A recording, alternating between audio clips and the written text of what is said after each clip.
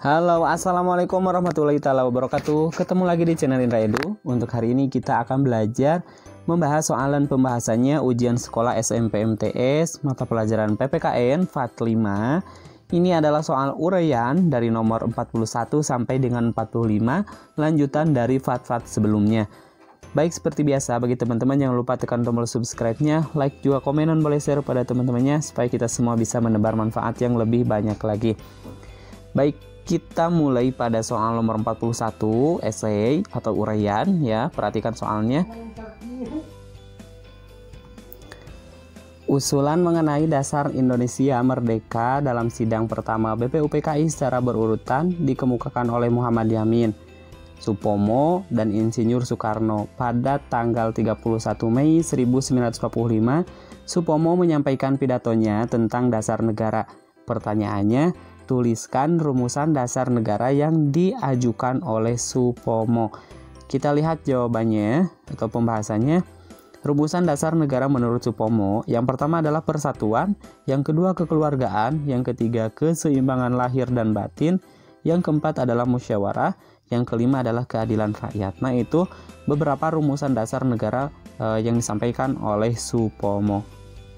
Kita lanjutkan pada soal nomor 42. Tata urutan peraturan perundang-undangan mengandung makna bahwa peraturan perundang-undangan yang berlaku memiliki hierarki atau tingkatan. Tata urutan perlu dilakukan sesuai dengan prinsip-prinsip atau asas umum yang berlaku dalam hukum. Sebutkan 4 prinsip atau asas umum yang berlaku dalam tata urutan peraturan perundang-undangan. Jawabannya, prinsip atau asas umum yang berlaku dalam tata urutan perundang-undangan. Yang pertama adalah dasar peraturan perundang-undangan selalu peraturan perundang-undangan. Yang kedua, hanya peraturan perundang-undangan tertentu saja yang dapat dijadikan landasan yuridis.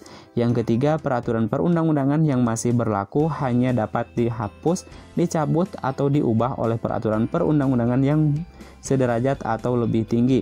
Yang keempat, peraturan perundang-undangan yang baru mengesampingkan peraturan perundang-undangan yang lama. Yang kelima, peraturan perundang-undangan yang lebih tinggi mengesampingkan peraturan perundang-undangan yang lebih rendah. Yang keenam, peraturan perundang-undangan yang bersifat khusus mengesampingkan peraturan perundang-undangan yang bersifat umum. Yang ketujuh, setiap jenis peraturan perundang-undangan memiliki materi yang berbeda. Nah, itu beberapa prinsip atau asas umum yang berlaku dalam tata urutan peraturan perundang-undangan. Soal nomor 43, selain mempunyai makna yang sangat mendalam, pembukaan Undang-Undang Dasar Negara Republik Indonesia tahun 1945 juga mengandung pokok-pokok pikiran. Pokok-pokok pikiran tersebut menggambarkan suasana kebatinan dari Undang-Undang Dasar Negara Republik Indonesia tahun 1945 serta mewujudkan cita hukum yang melandasi hukum dasar negara baik yang tertulis maupun yang tidak tertulis. Sebutkan dan jelaskan secara singkat 4 pokok pikiran yang terkandung dalam pembukaan Undang-Undang Dasar Negara Republik Indonesia tahun 1945. Jawabannya, pokok pikiran yang terkandung dalam pembukaan Undang-Undang Dasar Negara Republik Indonesia: 1. Negara melindungi segenap bangsa Indonesia dan seluruh tumpah darah Indonesia dengan persatuan pokok pikiran persatuan. Yang kedua, negara hendak mewujudkan keadilan sosial bagi seluruh rakyat Indonesia, yaitu pokok pikirannya itu tentang keadilan. Kalau yang satu tadi pokok pikirannya persatuan, yang kedua adalah pokok pikirannya keadilan. Yang ketiga, negara yang berkedaulatan rakyat berdasarkan atas kerakyatan dan permusyawaratan atau perwakilan, pokok pikirannya adalah kedaulatan. Yang keempat, negara kesatuan atas Tuhanan yang Maha Esa menurut dasar kemanusiaan yang adil dan beradab, pokok pikirannya adalah ketuhanan. Nah, itu pokok pikiran yang terkandung dalam pembukaan Undang-Undang Dasar Negara Republik Indonesia. Baik, kita lanjutkan pada soal nomor 44. Menurut Sujono Sukanto, masalah sosial adalah suatu ketidaksesuaian antara unsur-unsur kebudayaan atau masyarakat yang membahayakan kehidupan kelompok sosial. Masalah sosial merupakan suatu kondisi yang dapat muncul dari keadaan masyarakat yang kurang atau tidak ideal. Sebutkan 4 jenis faktor penyebab masalah sosial. Jawabannya, 4 faktor penyebab masalah sosial. 1. Faktor ekonomi, yang kedua faktor budaya, yang ketiga faktor biologis, dan yang keempat adalah faktor psikologis. Kita lanjutkan pada soal 45.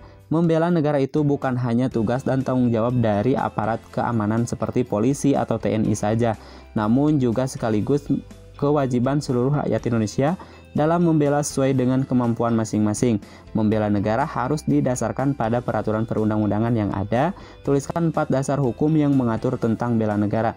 Jawabannya, yang pertama adalah Undang-Undang Dasar Negara Republik Indonesia tahun 1945, yaitu ada di pasal 27 ayat 3, yang kedua pasal 30 ayat 1, yang ketiga pasal 30 ayat 2, yang keempat pasal 30 ayat 3, yang kelima adalah pasal 30 ayat 4, yang keenam pasal 30 ayat 5.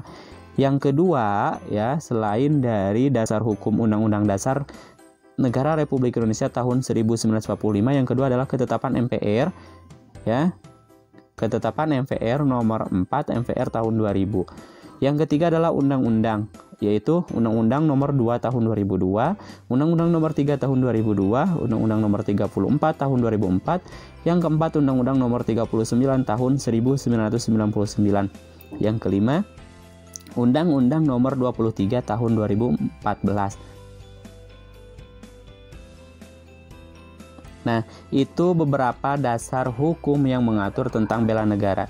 Saya akhiri, semoga bermanfaat. Assalamualaikum warahmatullahi wabarakatuh.